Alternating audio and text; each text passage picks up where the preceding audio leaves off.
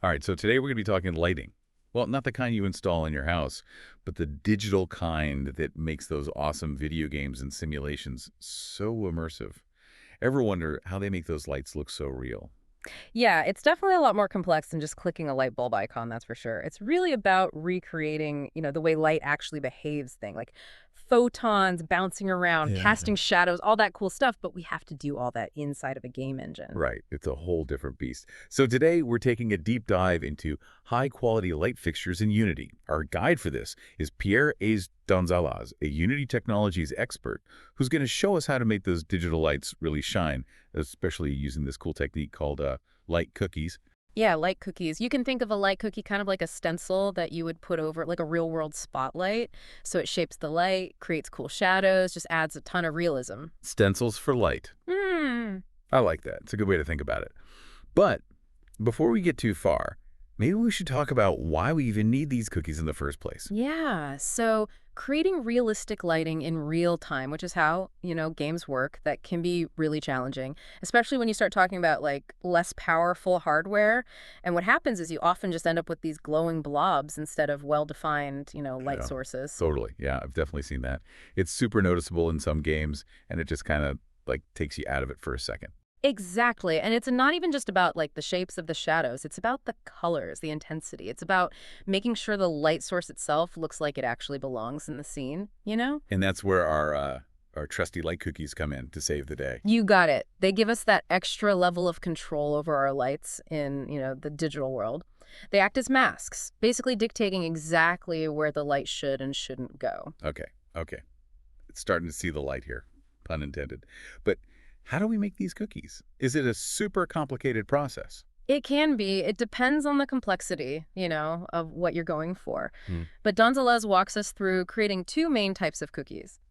2D cookies, which are great for spotlights, and then cubemap cookies, which are kind of like the heavy lifters for point lights. Gotcha. Okay. So let's start simple then with the 2D cookies. What's that process like? So the cool thing is you can actually create them using image editing software that you might already have, like Photoshop is a good example. And basically you're using things like radial blur, gradients, color adjustments, all that kind of stuff to create the exact, light pattern that you want. Oh, so it's like digital arts and crafts. I I like like it. Any important, I guess, tips for Photoshop enthusiasts out there? Yeah, absolutely. One crucial thing is that you got to make sure the edges of your cookie are completely black. And this prevents, the light from bleeding out where it shouldn't and causing like weird artifacts in your scene. Okay, black borders check. Sounds pretty doable so far. I have a feeling though that those cube map cookies are where things get a little more interesting Mm. and probably a bit more technical, I'm guessing. You could say that, yeah. Get ready to enter the world of 3D modeling. So, Donzelaz uses Threads Max and a renderer called Arnold for this part. Okay, yeah, starting to sound a little more advanced. Basically, we create a sphere, and then this is the key part. You flip the normals inward. So you can think of those normals like arrows pointing, which way the surface is facing, and then we bake the lighting information onto that sphere. You can almost imagine it like taking a 360-degree snapshot of the light coming from our fixture. Okay, hold on. Normals flipped inward, baking, for those of us who aren't like 3D modeling wizards, could you maybe break that down a bit more? Yeah, sure, sure. So imagine our sphere is made of like this special material that can record the light hitting it. Right. So by flipping the normals inward, we're basically telling the renderer to record the light from inside the sphere so it captures how the light interacts with the fixture from every single angle. Oh, okay, okay. I'm starting to get it. So we're basically like making a map of how the light is emitted, and baking just means saving that information. Exactly. Yeah, you got it. And just like making a cake, right? We can adjust all the ingredients, Okay. So that's like the material of the fixture, the type of light, the intensity of the light, and all these things give us different effects in the end.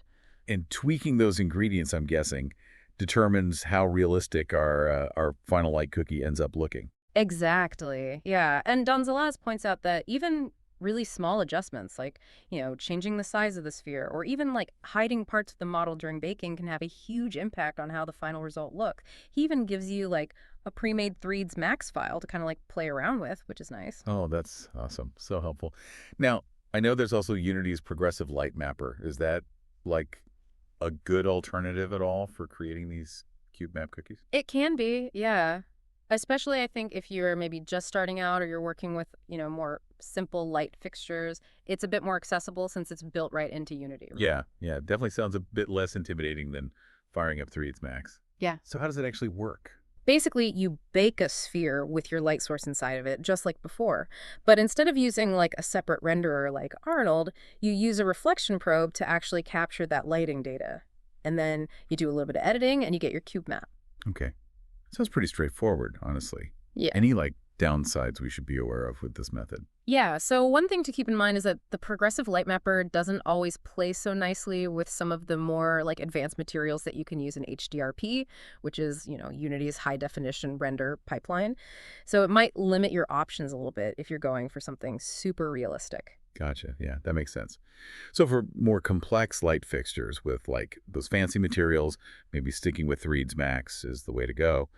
Anything else to watch out for with the progressive light mapper? You might run into longer rendering times, and you might also get some visual quirks like seams or banding in your cube map. It's not perfect, but it's good to have in your back pocket for sure. Yeah, there are always trade-offs. So let's say we've, baked our beautiful light cookies, we're feeling good. How do we actually get these into our Unity projects and working their magic? That's where those rendering pipelines you mentioned come into play. So the import process is a little bit different depending on if you're using Unity's built-in pipeline or HDRP. Yes, pipeline talk. Always a sign things are about to get real technical. Don't worry, it's not too bad. For the built-in pipeline, you basically just tell Unity what kind of light your cookie is for. So that's either spot for the 2D ones or point for the cube maps. Okay, simple enough. What about HDRP? What's different there? It's very similar, but instead of specifying spot or point, HDRP asks you to define the texture shape. So is it a 2D texture or is it a cube texture? It's a small difference, but good to be aware of. Totally. Yeah. So after we do that, are we good? Just drag and drop our cookies into the scene? Almost. So HDRP actually gives you a bit more control over like how much memory your cookies use, which is especially helpful for those like big cube maps. You don't want to kill your game's performance with huge textures. Yeah, got to keep things running smooth, especially with all those fancy lights. Exactly, exactly. So once you get those import settings, sorted out, you can finally add that cookie to your light in the scene. So you'd select the light, you find the cookie field should be pretty easy to find, and you just apply your texture. Okay, sounds easy enough, though I'm guessing there are probably a lot more nuances to, like, really discover once you start digging into all of HDRP's lighting settings, right? Oh, absolutely. HDRP is like a whole world of lighting goodness just waiting to be explored. We're talking exposure control, Yeah. tone mapping, ambient occlusion. You have all sorts of tools to really fine-tune the mood and realism of your scene. Looks like we've reached the perfect spot to pause for now. But be sure to join us in part 2, where we're going to be unraveling the mysteries of HDRP's lighting features and seeing how they can really make your light fixtures pop. Welcome back. Last time we were baking up some pretty delicious light cookies, those special textures that really just give our digital lights, that extra touch of realism. Yeah, we were on fire. Flipping normals, baking spheres like pros. Exactly. Yeah. But now that we've got our cookies, I think it's time to talk about how to actually use them effectively. And that means diving headfirst into HDRP's lighting features. Right. And HDRP gives us like incredible control over every aspect of our lighting. And it might seem, I don't know, a little daunting at first, but trust me, it's like having a virtual lighting studio right at your fingertips. Okay. You've convinced me. Bring on the virtual lighting studio. What's first on the list? So let's start with exposure. And you can think of exposure kind of like adjusting the brightness of your camera, right? So it controls how much light is captured in your scene, and it really helps to set the overall mood and the atmosphere. So if I'm going for a dark and moody noir scene, I'd want a lower exposure. Yeah. As opposed to a bright, cheerful open world, for example. Exactly. Now, Donzales actually uses a system called EV100 to measure exposure, and that stands for exposure value at ISO 100. It's based on like real-world photography standards. So a higher EV means a brighter scene. Okay, that makes sense. So a sun-drenched beach Yeah. would have a much higher EV than like a dimly lit room. You got it. And when we're talking about like interiors, which is where our light fixtures are going to be, doing their thing, we're usually working in the like EV4 to EV7 range.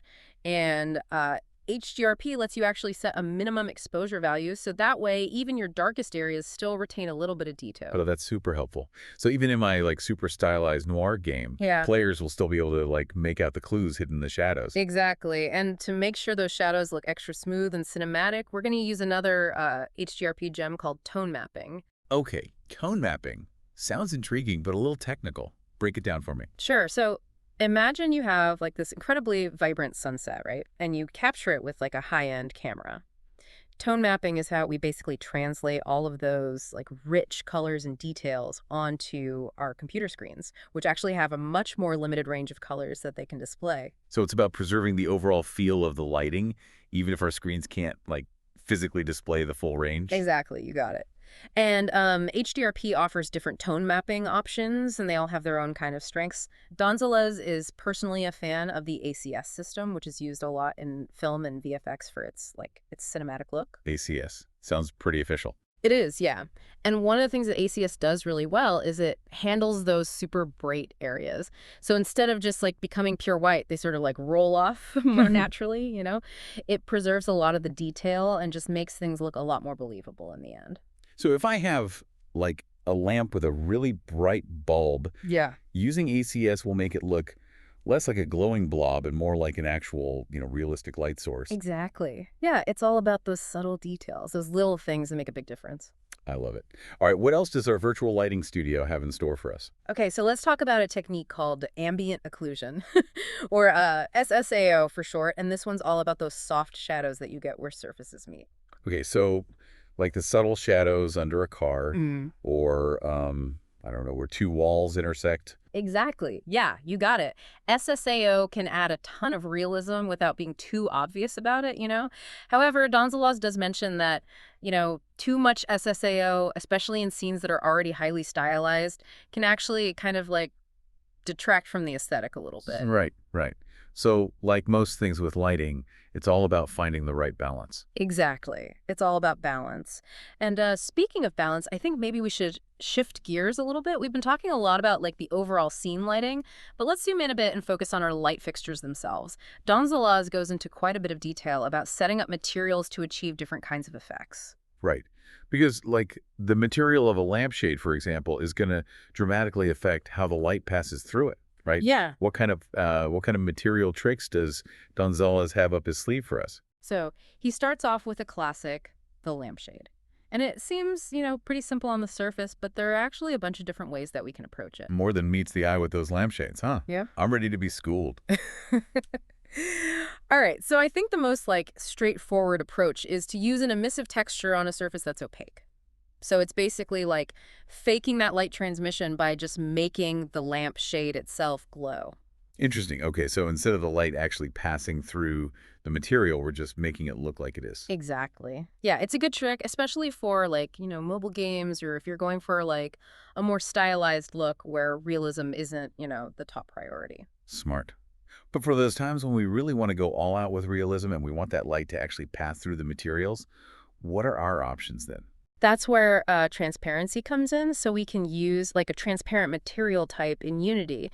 And that basically tells the engine, hey, let some light pass through this object. Okay, so we could have like a lampshade with, I don't know, some intricate cutouts that actually let the light through in those areas. You got it. And you can actually adjust that transparency using a simple slider.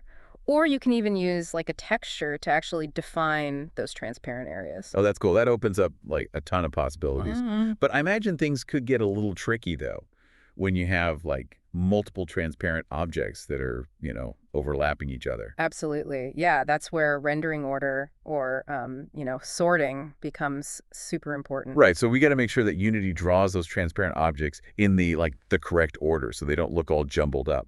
Exactly. Think of it I don't know, stacking sheets of colored glass, right? So the order that you stack them in is going to change how the light ultimately shines through. But luckily, HDRP has some tools to kind of help manage this. We can either, tell it to render things in a specific order, or we can manually prioritize certain objects to make sure they're drawn correctly. Okay, that's good to know. Are there any other like material types that we can use to, create some cool lighting effects? Oh, for sure. So Gonzalez also talks about a technique called translucency. And this is really good for like, materials like frosted glass or like a paper lampshade where the light is kind of like diffused as it passes through. Yeah, yeah. Translucency, it can definitely add like a really unique mood and feel to a scene.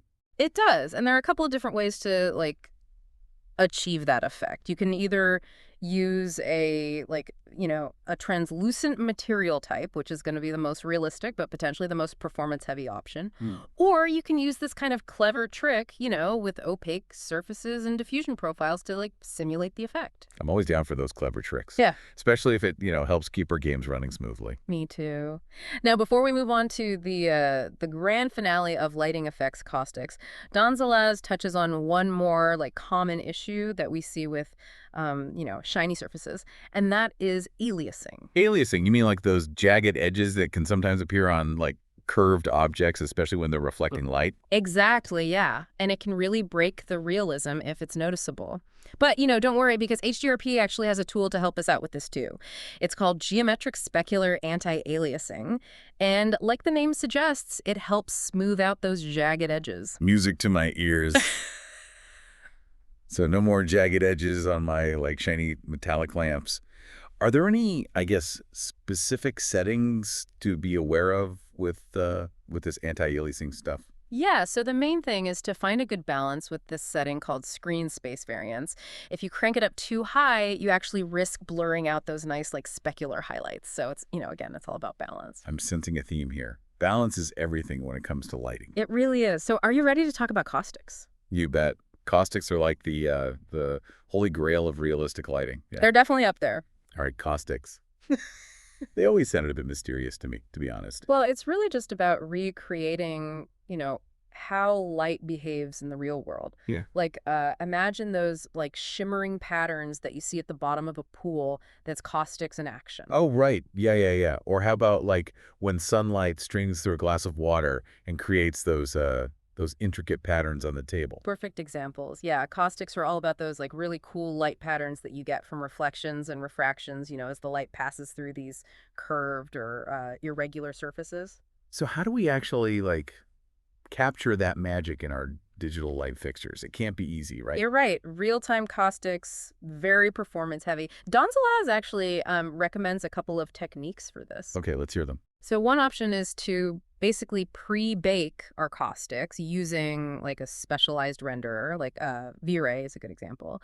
And it's similar to, how we baked those cube maps earlier, except this time we're capturing those like really intricate caustic patterns. So we're like pre-calculating all of those complex light interactions and saving them as like a texture that we can use. Exactly. Yeah. And then we can blend that caustic texture, with our light cookie, or we can even use like a separate caustic light for a bit more control. Oh, dedicated caustic light. That's neat. Gives you a lot more flexibility, I imagine. It does. But, it also means you've got another light source for your game engine to like process right. So it's a bit of a trade-off.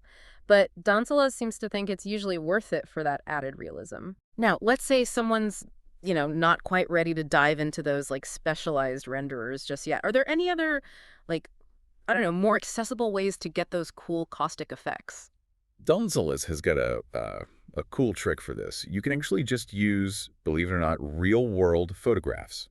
So, snap a picture of like caustics in action, like those light patterns at the bottom of the pool, for example, and then you basically extract those patterns and use them in your textures. Wow, that's really cool. It's like, I don't know, blending photography with digital art in a way. Exactly. Yeah. It just goes to show, that sometimes the best solutions are kind of a mix of like technical know-how and, that creative thinking.